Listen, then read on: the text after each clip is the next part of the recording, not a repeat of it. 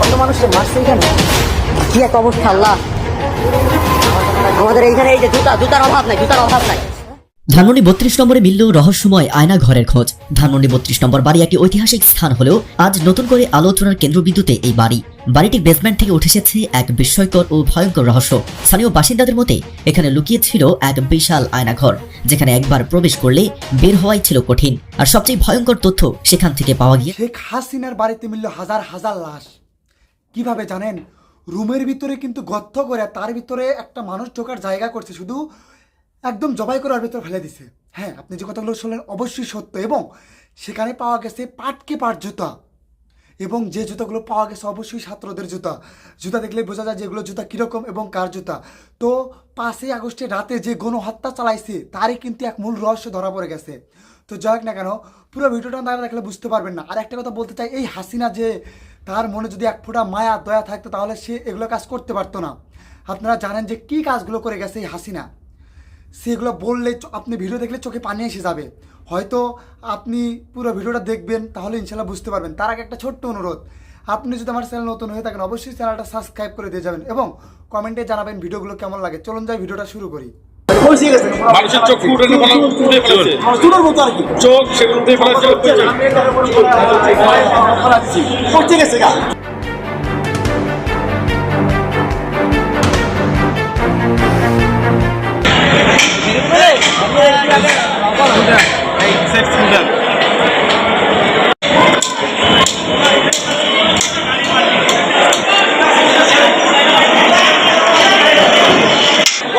ওই জায়গায় একটা আর একটা বর্তমান তো ওই পুরাই আর জায়গা জায়গাতে পুরো পাইপ করা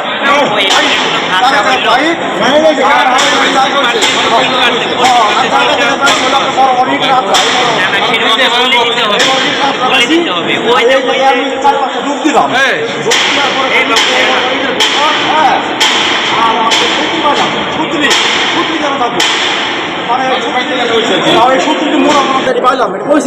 মানুষের চোখ ফুটে ফেলেছে, চোখ সেগুলো দিয়ে ফেলেছে।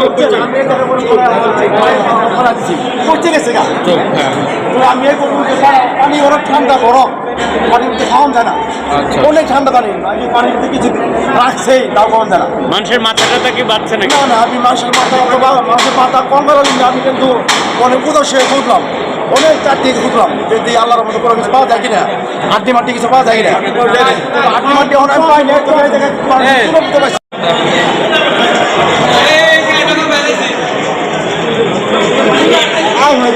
গভীর রে।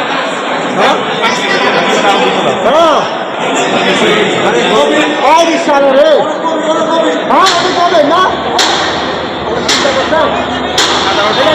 গভীর আছে ভাই, আরো আছে যাওয়া সম্ভব না। পানি যদি তার কোনো ব্যবস্থা হইতো তাহলে হয়তো মানুষ যে দেখতে পারতো চাল কি আছে, হয়তো মানুষের কমগুলো থাকতে পারে এখানে বা হাড় নাকি মানুষের ওটা কি ভাই? বস্তা বস্তা করে হয়তো ঢালাইছে অনেক লাভ।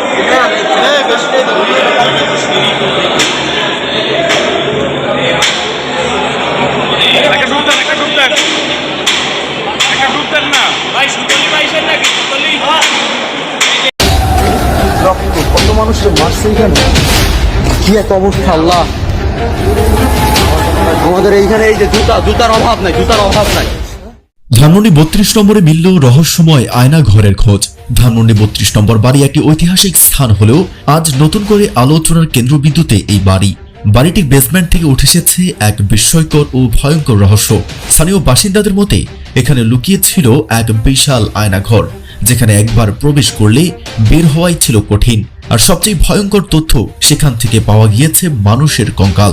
এই বাড়ির নিচে ছিল 4 তলা গভীর এক বেসমেন্ট, যেখানে নাকি চলত গোপন কার্যক্রম। বিক্ষুব্ধ স্থানীয়রা জানিয়েছেন ভবনটি ভাঙার সময় একটি গোপন সিঁড়ির সন্ধান পাওয়া যায়, যা আরো গভীরে চলে গেছে। সন্দেহের বিষয় হলো সিঁড়িটি ঠিক কোথায় গিয়ে শেষ হয়েছে তা এখন পর্যন্ত কেউই জানে না। তাহলে কি ধানমন্ডি 32-এ কোনো গোপন আন্ডারগ্রাউন্ড ঘাঁটি ছিল?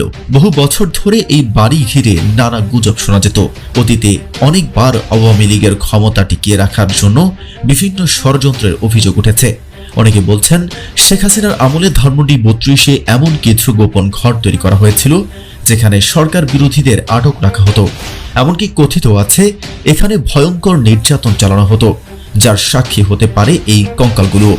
গোপন সূত্র বলছে ধানমন্ডি 32-এর বেসমেন্টের এই রহস্য আরো গভীর। শুধু কঙ্কালই নয়, সেখানে বিশেষ প্রযুক্তি ব্যবহার করে তৈরি করা হয়েছিল এমন কিছু কক্ষ যেখানে প্রবেশ করলে বের হওয়া সম্ভব ছিল না।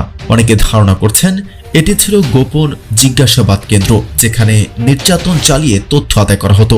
অবাক করা ব্যাপার হলো ধানমন্ডির 32-এর আশেপাশের বাসিন্দাদের মধ্যে অনেকেই দাবি করেছেন রাতের বেলায় সেখানে অদ্ভুত শব্দ শোনা যেত। কেউ কেউ বলেছেন গভীর রাত পর্যন্ত সেখানে কিছু গোপন বৈঠক চলত, যেখানে প্রবেশ ছিল সম্পূর্ণ নিষিদ্ধ। এমনকি কিছু প্রত্যক্ষদর্শীর দাবি বাড়িটি ভাঙার পরও গভীর বেসমেন্টে প্রবেশের অনুমতি দেওয়া হয়নি। এটা শুধুই কি কল্পনা, নাকি সত্যিই কোনো ভয়ঙ্কর গোপন তথ্য সামনে আসতে চলেছে? কেউ বলছেন এটি শুধুমাত্র রাজনৈতিক বিভ্রান্তি ছড়ানোর জন্য একটি গুজব, আবার কেউ বলছেন এর গভীরে রয়েছে এক অন্ধকার অধ্যায় যা প্রকাশ পাওয়া দরকার। এখন প্রশ্ন একটাই, ধানমন্ডি 32-এর এই রহস্য কি সত্যি উন্মোচিত হবে, নাকি এটি থেকে যাবে অন্ধকারের অন্তরালে? দর্শক, আপনি কি মনে করেন? আপনার মতামত জানাতে ভুলবেন না। আশা রাখছি পুরো ভিডিওটা দেখছেন এবং বুঝছেন যে হ্যাঁ আসল ঘটনাটা কি এবং কি ঘটতে যাচ্ছে এবং কি ঘটেছে। তো যাই হোক না কেন, আপনি যদি আমার চ্যানেল নতুন হয়ে থাকেন অবশ্যই ভাই চ্যানেলটা সাবস্ক্রাইব করে যাবেন, কারণ এরকম ভিডিও শুধু আপনারাই দেখবেন এবং 24 আন্দোলনকারীদের জন্যই এগুলো ভিডিও। তো আজকের ভিডিও ছিল এতটুকুই, ধন্যবাদ।